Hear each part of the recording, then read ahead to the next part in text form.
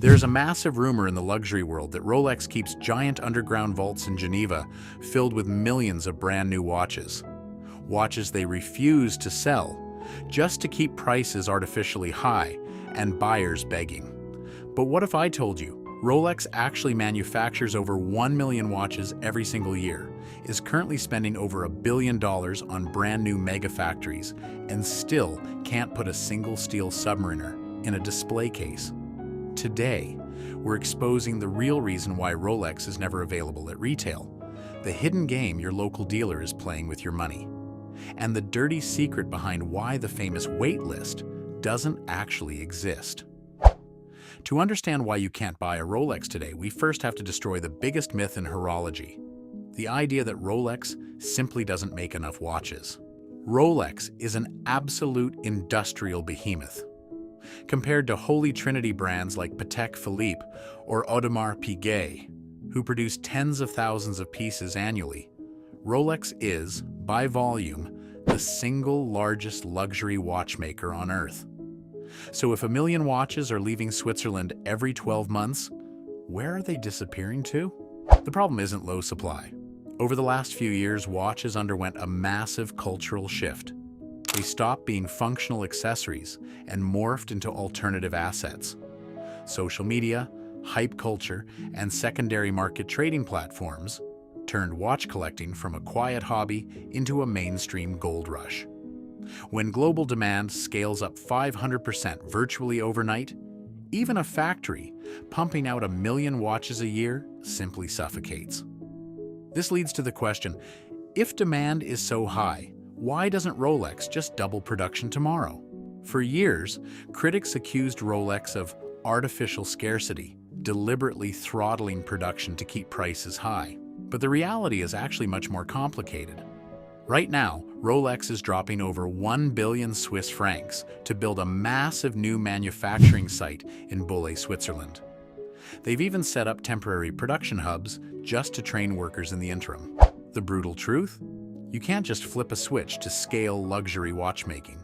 Rolex manufactures almost everything in-house, from smelting their own gold alloys to hand-setting dials and testing every movement to razor-thin tolerances.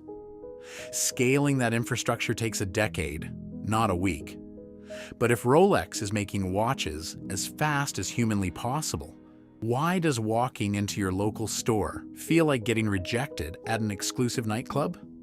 That brings us to the famous Rolex Waitlist.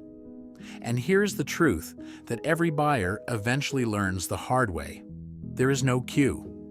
There is no master list in Geneva where your name moves up one spot every time someone buys a watch. The waitlist is actually just a customer relationship management database managed independently by your local authorized dealer. And when a fresh shipment of steel sports models arrives on Tuesday morning, the store manager sits down and asks one question: who makes us the most money? Think about it. Why would a dealer give a $10,000 Submariner, which can instantly be flipped on the street for $15,000, to a stranger off the street? They won't. They give it to VIPs who have spent $50,000 on high-margin diamond jewelry, gold pieces, or less popular brands. This created the infamous bundling culture. To get the watch you actually want at retail, you're forced to buy 3 things you don't want first. To a regular guy walking in off the street, the watch isn't just out of stock, it's locked behind a paywall. This exact dynamic created a massive secondary economy, the gray market. Resellers and flippers realized they could buy hard-to-get models from VIPs or shady insiders, jack up the price by 50% to 100%, and sell them instantly to people who had cash but zero patience. For a long time, if you wanted a Rolex, you had 2 choices: play the dealer's game for 2 years, or pay the patience tax on the gray market. Until Rolex decided to crash the party. Rolex launched their official certified pre-owned program, allowing authorized dealers to buy back, authenticate, and sell used Rolexes directly in their own showrooms with a new factory warranty. They are actively taking control back from the gray market and narrowing the gap between retail and resale prices. Ultimately, Rolexes aren't missing from display cases because of a vault conspiracy, and they aren't impossible to buy because production stopped. It is because Rolex engineered something far more valuable than a mechanical wristwatch. They created the ultimate global symbol of status and achievement. As long as millions of people view getting the call as the ultimate personal milestone, demand will outpace supply every single day.